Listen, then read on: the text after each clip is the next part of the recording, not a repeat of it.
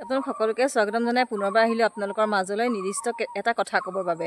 কি কথা জানেনে? কালি মই আপোনালোকৰ মাজলৈ আগবঢ়াইছোঁ এটা ভিডিঅ'। কৃষ্ণগুৰু আশ্ৰমৰ এজনীয়ে খুব কৈছিলে, মূৰ্তি পূজা কৰাসকলৰ কথা বেয়াকৈ কৈছিলে, মোৰ ভৰিৰ পৰা মূৰলৈ কঁপনি উঠিছিলে। আৰু সেই মানুহজনীয়ে এটা মই ভিডিঅ' ক্লিপ আপোনালোকৰ মাজলৈ আগবঢ়াবলৈ আনিছোঁ। কি জানেনে? তেওঁ কৈছে তেওঁ হেনো তেওঁলোকৰ ঈশ্বৰ কৃষ্ণগুৰুক তেওঁলোকে চুইছেও, তেওঁলোকে কথাৰ আদান প্ৰদানো কৰিছে, তেওঁলোকে চব কৰিছে ঈশ্বৰৰ লগত। আৰু আমি হেনো মূৰ্তি পূজা কৰোঁ যে আমি সেইকাৰণে একো কৰিব নোৱাৰোঁ। আমি আমাৰ ঈশ্বৰৰ লগত আমি অকল মূৰটো এনেকৈ দুৱাই থাকি নিজৰ মনৰ পৰা ভবাৰ বাহিৰে আমি একো কৰিব নোৱাৰোঁ। তেওঁলোকে আকৌ কৃষ্ণগুৰুক তেওঁলোকে চুইছেও বোলে আৰু চব কৰিছে। এতিয়া কি চব কৰিছে তেওঁৰ মুখেৰে আপোনালোকে শুনক। আৰু মই ভিডিঅ' ক্লিপটো আপোনালোকৰ মাজলৈ সেইকাৰণে আনিছোঁ, অকণমানকৈ, বহুত দীঘলীয়া নহয়, প্লিজ আপোনালোকে শুনিবচোন।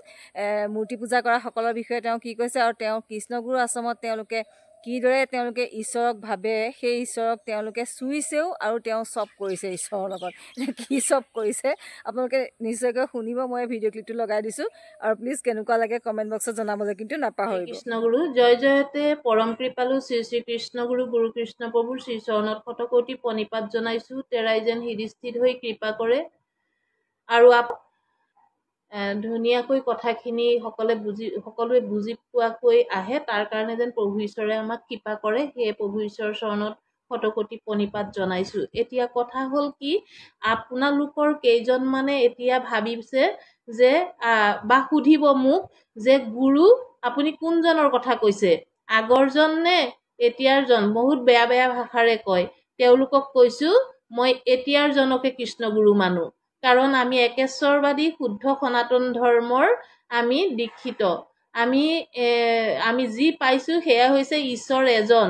আমি ঈশ্বৰ এজনৰ যি মত একত্ববাদ, সেই একাত্মবোধক আমি একত্ববাদ মানে একহে থাকে ইয়াত, এজনে ঈশ্বৰ এজন মানে। তো আগৰ গুৰুদেৱে দেহত্যাগৰ সময়ত এই প্ৰভুক বাক্য দি থৈ গৈছে, সমস্ত কৃপা এই প্ৰভুক দি থৈ গৈছে যাতে তেওঁ ধৰ্মটো চলাই যায়। আৰু এতিয়াৰ পিছত এই গুৰুদেৱে যাক দি থৈ যাব সনাতন ধৰ্ম। গতিকে আপোনালোকে প্ৰশ্ন কৰাৰ আগতেই মই কৈ লৈছোঁ, মই যাক কৃষ্ণগুৰু বুলি মানিছোঁ, বৰ্তমানৰ আপোনালোকে যাক মিথুন দা বুলি কয়, যাক আপোনালোকে অদি বাবা বুলি কৈ নিন্দা কৰিছে, সেইজন আমাৰ কাৰণে প্ৰাণৰো প্ৰাণ, আমাৰ মানে গুৰুৰ গুৰু, তেওঁ আমাৰ কৃষ্ণগুৰু হ'ল। সেইখিনি ক'লো। তাৰপিছত ক'বলৈ বিচাৰিছোঁ যে আমি গুৰু নিন্দা শুনিছোঁ যেতিয়া প্ৰত্যুত্তৰ দিব লাগিব, কাৰণ গুৰু নিন্দা শুনি যদি প্ৰত্যুত্তৰ দিব নোৱাৰোঁ, তেতিয়াহ'লে মই জীয়াই থকাৰ কোনো অৰ্থ নাইকিয়া। কাৰণ আমি গুৰুৰ চৰণত শৰণ লৈছোঁ, আমি গুৰুৰ পোহৰেৰে আমি চলা ফুৰা কৰিছোঁ। গতিকে সেই গুৰুক কোনোবাই নিন্দা কৰিব, তাক আমি সহ্য কৰা বিধৰ নহয়। ধৈৰ্য ভকতৰ থাকিব লাগে, ইমানো ধৈৰ্য থাকিব নালাগে যে গুৰু নিন্দা শুনিও চুপ হৈ থকা।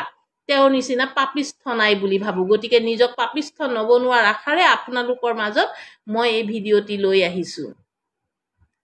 এতিয়া মই যিকিনো মানুহৰ 7টা কমেণ্ট মানে 772924 7টা কমেণ্টৰ ওপৰত মই ক'ম, কাৰণ নহ'লে ভিডিঅ'টো দীঘলীয়া হৈ যাব। এতিয়া এটা পোষ্ট, সেইটো পোষ্টটো হৈছে বেটাৰ এণ্ড ব্ৰাইটাৰ। এই বস্তুটোৰ পৰাই লৈছোঁ। বহুতেতো দিয়ে আছে, ইয়াত দিছে পল্লৱী ভূঞা লস্কৰে দিছে, আৰু কৰক ভৰিত পৰি পৰি সেৱা। আমি শ্ৰীমন্ত শংকৰদেৱ মাধৱদেৱকহে ধৰ্ম প্ৰচাৰক বুলি মানি আহিছোঁ। এইজন ভণ্ড মানুহক কেনেকৈ মানিম বাৰু? মানুহবোৰ ইমান অন্ধবিশ্বাসী কেনেকৈ হ'ব পাৰিলে? কিমান যে লাজৰ কথা। পল্লৱী ভূঞাক মই এইটোৱে কৈছোঁ যে আমি ভৰিত পৰি পৰি সেৱা কৰিছোঁ, য'ত পৰি পৰি সেৱা কৰিছোঁ, আমি পৰিছোঁ, আমাৰ কপালত মাটি লাগিছে, তোমালোকৰতো কপালত মাটি লগা নাই। আৰু তোমালোকে যে কৈছা শ্ৰীমন্ত শংকৰদেৱ মাধৱদেৱকহে ধৰ্ম প্ৰচাৰক বুলি মানা, তাৰমানে তোমালোকে শংকৰদেৱ মাধৱদেৱকো ঈশ্বৰ বুলি নামানা। তোমালোকে কোনোদিন ঈশ্বৰ পালেহে তোমালোকে অনুভৱ কৰিব পাৰিবা ঈশ্বৰ কেনেকুৱা বস্তু। গতিকে তোমালোকে তেনেকুৱাকে ক'বাই। আৰু তোমালোকে যে কৈছা আমি অন্ধভক্ত, আমি অন্ধ নহয়, আমাৰ প্ৰভুজনে কথা কয় আৰু আমিও কথা কয়, আমি ভাৱৰ আদান প্ৰদান কৰিব পাৰোঁ। অন্ধ ভক্ত তোমালোক, যি নেকি মাটিৰে মূৰ্তি বনাই পেলাই পূজা কৰি তাতে মূৰ দুৱাই দুৱাই সেৱা কৰি তোমালোকেহে তেনেকে চলি আছা। গতিকে আমি নহয়। অন্ধভক্ত কোন? যোনে চকুৰে নেদেখাকে একো নজনাকে ভিতৰৰ পৰা ফিলিং কৰি পেলাই কৰিছা সেইটো। আমি দেখিছো, কৰিছো, চুইছো, চব কৰিছো আমি।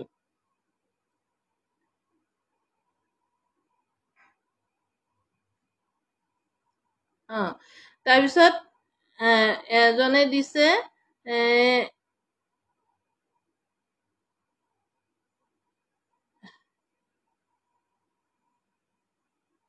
সৰ্বান